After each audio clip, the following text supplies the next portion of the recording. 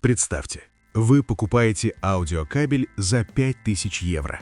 Сцена шире, скрипки будто шелк, воздуха стало больше. А теперь вопрос.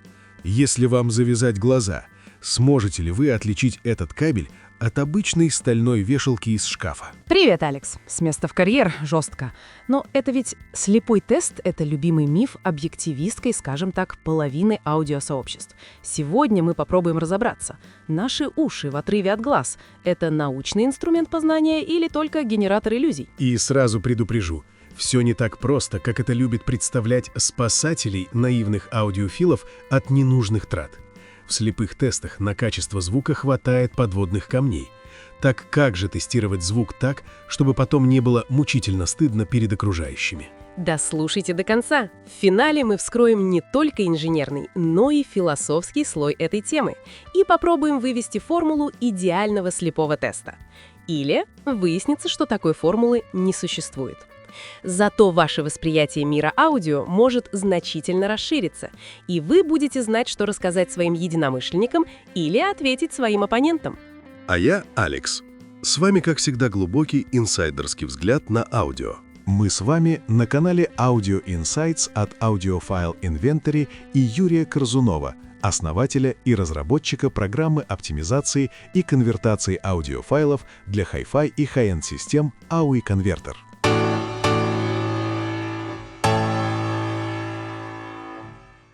А я Аннабелла. Не забудьте поставить лайк и подписаться, чтобы мы могли раскрывать еще больше таких секретов. Информация в этом выпуске максимально сжата, поэтому слушайте до самого конца, чтобы понять всю картину. А теперь поехали!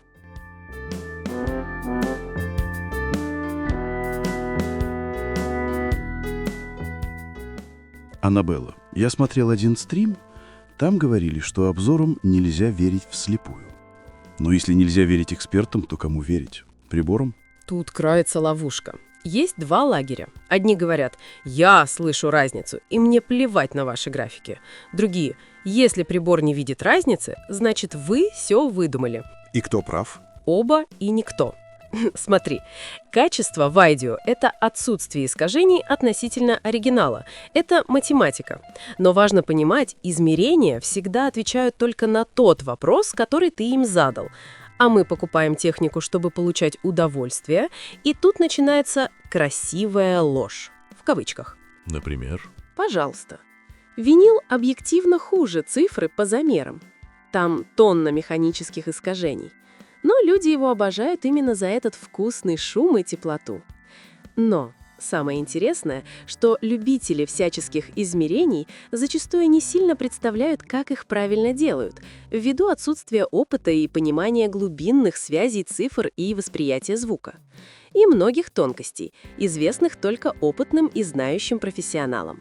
То есть, когда маркетологи говорят «самый чистый звук в мире», они могут лукавить?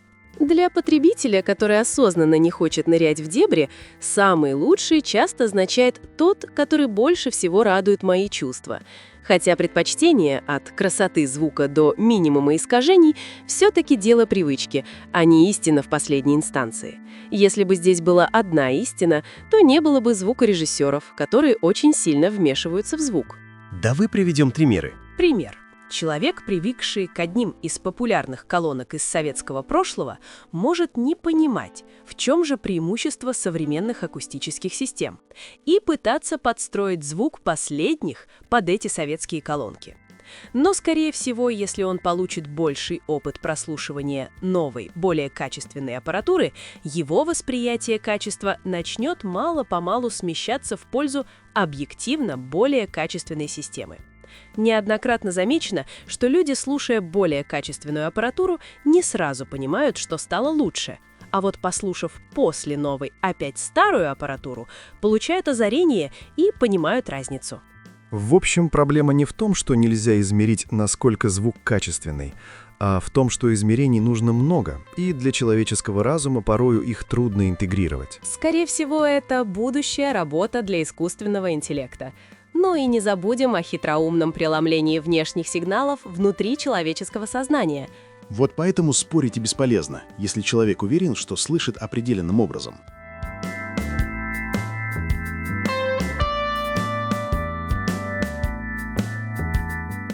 Окей, я хочу проверить свой новый усилитель. Ставлю любимый Pink Floyd и внимательно слушаю. Это же правильный тест? Как ни странно, нет. Музыка — это худший сигнал для технического анализа. Точнее, для поиска конкретных искажений и их причин.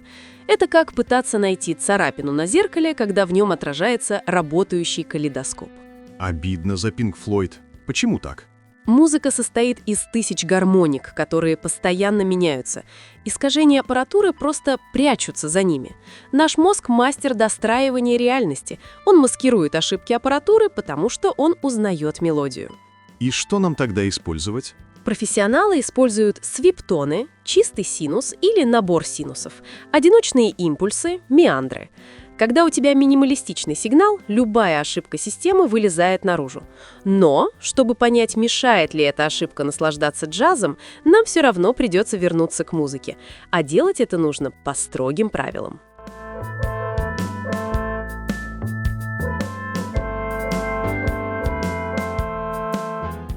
У нас есть стандартные тесты THD, АЧХ, по ним аппаратура может быть идеальной, графики ровные, как горизонт в штиль. Но почему тогда она часто не звучит?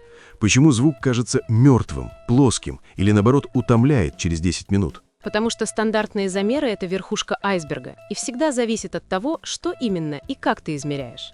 Тот же график АЧХ показывает только баланс громкости, но он молчит о фазовых искажениях. Если разные частоты приходят к твоему уху с частотно-зависимой задержкой, сцена рассыпается, бас становится ватным, а локализация инструментов превращается в гадание на кофейной гуще. То есть цифры в паспорте изделия — это просто способ пустить пыль в глаза? Не совсем. Они полезны, но ими можно виртуозно манипулировать. Возьмем любимый всеми THD – коэффициент нелинейных искажений. Видишь, какой он маленький в спецификации? Звучит как триумф инженерии. Но фокус в том, что этот замер обычно делают на удобной частоте – 1 кГц и при стабильной нагрузке. А как только вступают скрипки и медь на форте, все летит в тартарары. Именно. Наш слух очень капризный фильтр. Он легко прощает четные гармоники, особенно вторую. Она звучит в октаву с основным тоном, добавляя звуку тела и той самой благородной теплоты. Но мозг ненавидит нечетные гармоники высокого порядка. 7-ю, 9-ю. Это диссонансы. Они дают металлический или песочный привкус, от которого иногда хочется выключить музыку. А обычный THD просто суммирует их все в одну цифру? Да, он сваливает хорошие и плохие искажения в одну кучу. Поэтому усилитель с преобладанием четных гармоник может звучать божественно, а аппарат с доминированием нечетных – как работающая болгарка. И еще на разных частотах и THD может быть разным. И что с этим делать? Например, Юрий Корзунов при тестировании своей программы аудиоконвертера AUI-конвертер использует в основном sweep sine – синусоиду, плавно нарастающую по частоте. На спектре конвертированного аудиофайла мы видим ее как яркую наклонную линию, а искажение – все, что кроме этой синусоиды. Они не должны превышать заданный уровень. На выходе качественного аудиоконвертера фон должен быть максимально черным. Это соответствует минимальным искажениям. Так и сравнивают аудиоконвертеры. Таким образом, мы исследуем качество обработки звука во всем частотном диапазоне. Вот это поворот! Но есть враг еще страшнее – EMD – интермодуляционные искажения. Это когда частоты начинают воевать друг с другом? Точно! В реальности у нас не одна нота, а сложнейший спектр. В плохом тракте частоты смешиваются и порождают мусор, которого не было в записи. В итоге на сложных моментах симфонического рока вместо разделения инструментов ты слышишь серую кашу. Музыка теряет прозрачность. И здесь стандартные измерения тоже не всегда покрывают весь частотный диапазон. И это мы только слегка коснулись процессов, происходящих в аудиокомпонентах. Получается, чтобы найти ту самую правду, нужно смотреть не на общее число в процентах, а на структуру спектра и частоту пространства между звуками. Обследовать весь диапазон. Именно. Мы платим не за нолики после запятой, а за то, чтобы аппарат не добавлял отсебятины там, где наш мозг наиболее чувствителен к фальше. И чтобы все хорошо работало во всем частотном диапазоне, хотя бы в слышимом. А о том, как сравнивают между собой программы-аудиоконвертеры, смотрите по ссылке в описании.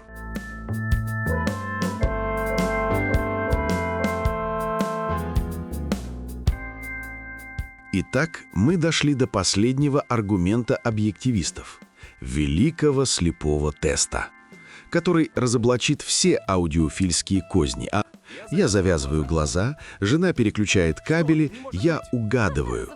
Или нет? Это же и есть тот самый слепой тест. Стоп. Алекс, то, что ты описал, это не тест, а домашнее развлечение, немногим лучше игры в наперстки. Если мы говорим о репутации брендов и больших бюджетах, слепой тест должен быть научным инструментом, а не лотереей. Давай по пунктам. Скажу сразу, при правильном применении слепой тест действительно важный и полезный инструмент, но он не предназначен для бытового и любительского использования. В домашних условиях такой слепой тест – это не измерение, а лишь субъективная оценка. Действительно. И стоит помнить еще одну вещь. Люди покупают аудиотехнику не только за объективно лучший звук, а за эмоции. Поэтому не стоит чрезмерно полагаться на результаты таких тестов. Они все равно дают усредненный результат, условную среднюю температуру по больнице.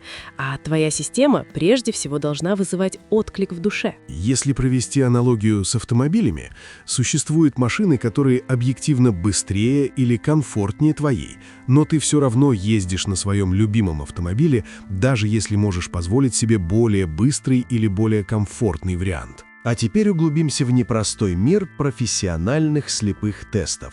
Что в приоритете? Громкость – это база. Разница всего в 0,1–0,2 дБ обычно не осознается как изменение уровня громкости, но мозг почти всегда интерпретирует более громкий сигнал как более прозрачный или детальный. Если уровни не выровнены по SPL в точке прослушивания, с контролем полосы и сигнала, а напряжение на клеммах не проверено хотя бы для грубой калибровки, такой тест методологически несостоятелен. Такая маленькая разница правда имеет значение? В классических исследованиях восприятия уровня громкости физиологический порог различения около 1 дБ. Ниже этого слушатель не может надежно сказать, что один сигнал громче другого. Тогда зачем вообще бороться за эти 0,1 дБ? Потому что в условиях сравнительных A-B прослушиваний, повторных переключений, тренированного слуха, при равенстве всех остальных параметров, даже микроскопический сдвиг уровня может поменять субъективное восприятие, не как громче, а как чище, яснее, детальнее. Это не физиология громкости, а психоакустика, интерпретация мозгом звуковой информации. Хорошо. Номер 2. Мгновенное переключение. Наша эхоическая память, та, что хранит точную текстуру звука, живет 2-5 секунд. Пока ты выключал усилитель и перетыкал провода, мозг уже стер оригинал и подставил вместо него реконструкцию на основе ожиданий. Переключение должно быть моментальным, через коммутатор. Это уже звучит как лаборатория метрологии. Так и есть. Зачем тогда двойной слепой тест? Чтобы исключить эффект предвзятости экспериментатора. Если человек, который переключает сигнал, знает, где дорогой вариант, он может невольно выдать это микродвижением, паузой или интонацией. Твое подсознание считает этот сигнал быстрее, чем уши услышат звук. Решается эта проблема автоматизацией теста. Я часто вижу видео с рядами слушателей в комнате, но ведь звук в первом и третьем ряду разный. Абсолютно. Геометрия комнаты, температура, влажность, поглощение, даже наличие человека в кресле – все это меняет акустическую картину. И кроме того, настоящий тест требует повторяемости. Один и тот же результат должен воспроизводиться десятки и сотни раз, иначе статистическая погрешность перекрывает эффект. То есть люди, которые в интернете отправляют всех пройти слепой тест, часто не понимают масштаба работы. Верно. Все начинается с составления методики теста и ее научного обоснования. Без выравнивания уровней, учета погрешностей, контролируемых условий и достаточной выборки испытуемых – это не измерение, а оценка. Домашние прослушивания почти никогда не соответствуют требованиям к воспроизводимым и проверяемым испытаниям. Но собрать сотню экспертов в одной комнате на неделю – это же безумно дорого и долго. Что делают на практике? Например, используют комбинацию цифрового сравнения и слепых методов.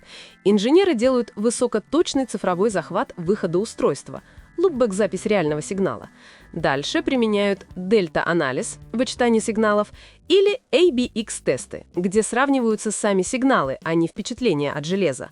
Сигнал может быть записан через поверенный измерительный тракт и разослан для прослушивания экспертам.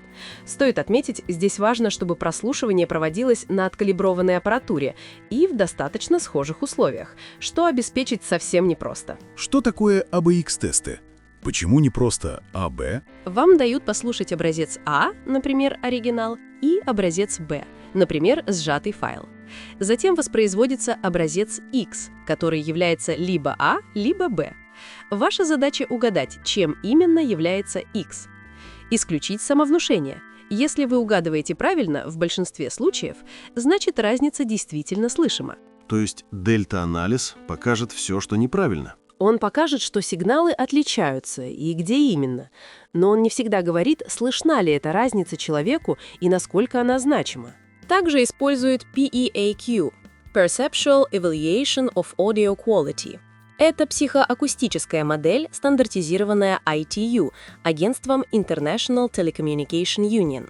Эта модель анализирует спектр, маскирование, временные искажения, моделирует чувствительность человеческого слуха, выдает числовую оценку, коррелирующую с результатами реальных слушательских тестов. PEAQ не заменяет уши, но помогает предсказать, какие искажения будут слышны, а какие нет. Это компромисс между чистой математикой и живым восприятием. Преимущество – отсутствие необходимости собирать экспертов, упрощает организацию тестов. Получается, настоящий слепой тест – это не про угадал или не угадал, а про метод. Именно. Слепой тест – это не трюк и не аргумент в споре. Это сложный, дорогой и строгий инструмент, который требует профессиональных знаний и дисциплины. Все остальное – просто прослушивание, оценка. И в этом тоже нет ничего плохого. Но и нельзя размахивать результатами домашних слепых тестов, как флагом. И даже по результатам профессиональных тестов мы чаще делаем выбор не цифрами, а сердцем. Хотя это могут называть выбор ушами. Да и психоакустика – это не застывшее знание. А если углубиться далее в философию и мироустройство, то можем предположить, что один звук может восприниматься по-разному в мирах разных личностей. Вот пример. Шар в двумерном пространстве – это круг, в трехмерном пространстве – это сфера, а в четырехмерном – набор шаров, наложенных друг на друга, или такое, что и представить сложно. То же самое может быть со звуком и его восприятием разными людьми.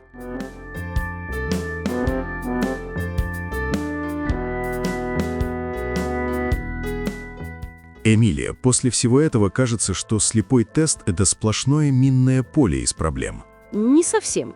Просто такие вещи должны выполняться профессионалами, а не дома. Только тогда на них можно ссылаться.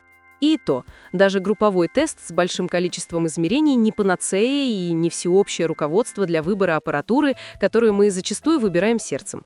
Ведь музыка – это область чувств, а не холодного рассудка. Давай подведем итог для наших слушателей. Первое. Не верьте глазам своим. Второе. Равняйте громкость до децибела или даже лучше. Третье. Помните, приборы видят ошибки, но уши выбирают эмоции. И искусство инженера – это чувствовать правильный баланс между искажениями и хорошим звуком. И главное, если вы не слышите разницы в слепом тесте, это не значит, что вы глухой или разницы нет. Это значит, что вам больше ничего не нужно. И это отличная новость. Вы только что сэкономили кучу денег. На этой оптимистичной ноте мы и заканчиваем. И слушайте хорошую музыку. А с вами были Аннабелла и Алекс на канале Audio Insights от Юрия Корзунова, основателя Audiophile Inventory и разработчика программы конвертера аудиофайлов для профессионалов и взыскательных меломанов AUI Converter. Ставьте лайки, задавайте вопросы и делитесь своими мыслями и опытом по теме ролика в комментариях. Комментарии помогают нам создавать новый контент. Подпишитесь на наш канал и поделитесь ссылкой на это видео с друзьями, если вам было интересно. Поставьте лайк, чтобы сделать это видео ближе тем, кто, как и вы, ищет ответы. До новых встреч, друзья! И пусть ваш звук всегда будет безупречен.